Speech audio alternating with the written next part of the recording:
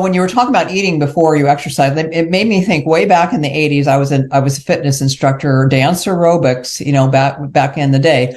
Me and a partner had a business for 10 years. Mm-hmm. And when we first started, it was the really early stages of dance aerobics, and like jazzercise hadn't even kind of come on the scene yet or any of that kind of stuff. But what we would do is go like crazy people.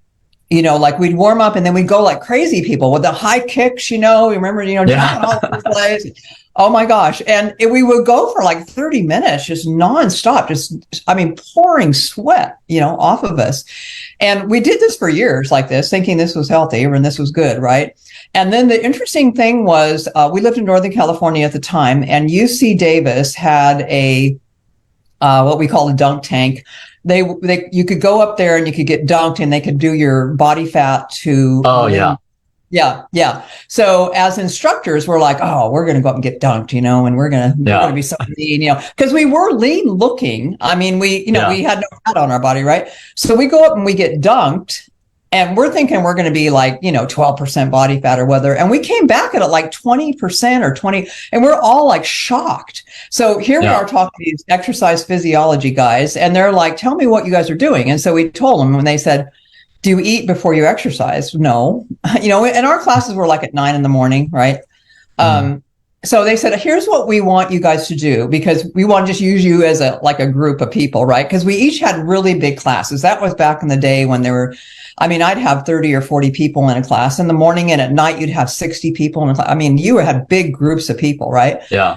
So we said to all the people in the class, we said, hey, if we're going to do this for like 3 months, and if you guys want to do this with us, you can, but you don't have to, but we're going to eat before we exercise. So they wanted us to eat some protein and a little bit of carb about an hour before exercise. So we started doing that. And then they said, we want you to slow down. We want you to do your warm up, do a couple, we had back in the day, we had records, if you can believe it, 45 records. We want you to do like 3 routines that are high intensity. And which was probably a record, a song about 3 minutes long, so maybe 10 minutes or something. And then we want you to start to slow down, like start bringing them down. And then the last like 20 minutes of class is just your floor work and your strength training. And then we want you to come back and get tested again. And we want your class to give you feedback, So that's what we did. And 3 months later, we went back up there, and we literally had gained about 7 or 8 pounds of muscle and lost about 7 or 8 pounds of fat. We had done a complete swap on the fat to body ratio.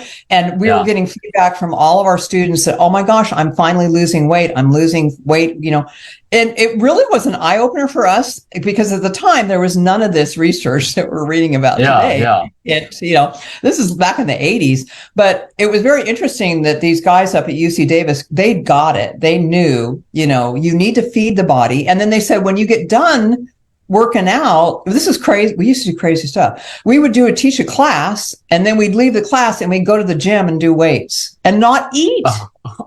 Not eat at all. And so they were like, stop, just stop, feed yourself, so we started eating a lot more protein with a little bit of carbs, and we weren't doing grain carbs. We were doing like a banana or something like that.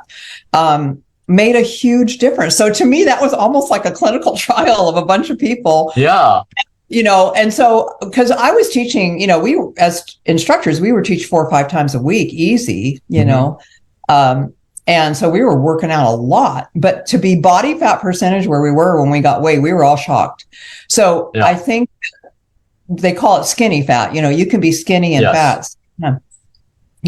So I agree with you as far as, I think people overdo this, like Orange Theory or whatever. I don't know that you need to go to a gym, first of all. I don't go to the gym. I put my tennis shoes on and I go out the front door. And for people who maybe are older like me, like I've got one knee that is kind of talks to me after all those years of teaching aerobics.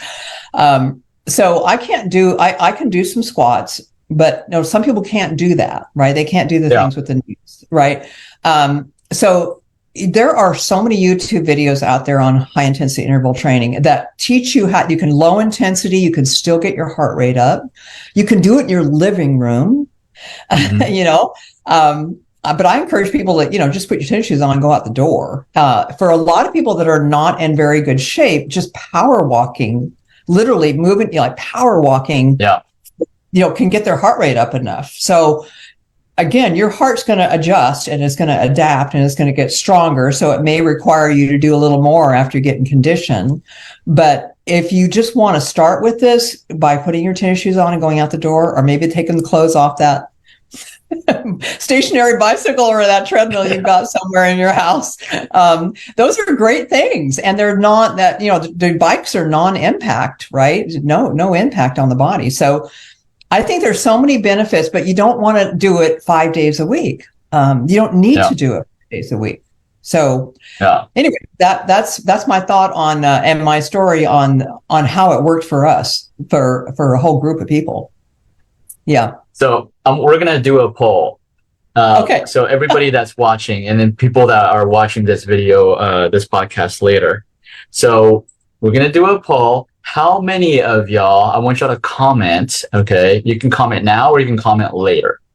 How many of you would like to see Chris do an exercise video program? There you go. So, it can be, it can be, people that are older, 70s and above, or people that have, joint problems. You could be 20s and you have joint problems and you can't move around. Those exercise programs will just be good will be good for you as well. So how many of y'all want to see Chris do an exercise program? Okay. So if you want to see that, you got to vote yes. Otherwise she's not going to do it. Yeah. Thanks a lot, Jimmy. Put me on the spot here. But I thought it was interesting what you just said in your experience back then. Yeah. It's kind of a theory of everything. Sometimes in order to gain, it's like in order to move forward, you got to take a step back. Yeah. And so what I heard, that's what I heard from what you were with the people at UC Davis was like, instead of going gung ho, 5 days a week, they told you to basically take a step back, slow it down, right? Yeah. Slow it down. And actually the results were contrary to what most of us think. We think if we hit it hard every single day, 5 days a week, we're going to gain so much muscle, we're going to lose so much fat. But no, the reality was you have to take a step back. You got to slow it down, and you will actually get the result that you want. And when you're just hitting it hard, you actually get the opposite, which is what we saw in our clinic. People didn't lose weight, people gained weight, and they got weaker, even though they were lifting more, right? And so that was just that was a pretty good insight from your experience. It was a real eye-opener. And eating more. I mean, they were like, you guys need to eat. You need to eat protein and a little bit of carb. And it was just, in our mindset back then, right? We were in our 30s, like the less you eat, the better, and like you don't, we can go without eating breakfast and work out at our gym. Like our fitness class would go from 9 to 10, and then we'd leave there and go to the gym and work out for another hour. And I can remember coming home and I was so low on blood sugar. So like, it was literally like crackers in my mouth. It was carbs. I wanted sugar right away. Yeah. Right. Yeah. That's a great point because you, like I said, when you do HIIT, you use up all your sugar. Yeah. And so your body's craving energy. And the fastest way to get energy is sugar. So we start drinking stuff like Gatorade, sugary drinks afterwards. After you work out, and you just made everything worse. You just depleted everything you just did, right? Yeah, because you're going to crave it. And, cravings are tough to, your body's telling you we need something now. And it's pretty hard to stop that hand going into a box of crackers. Yeah.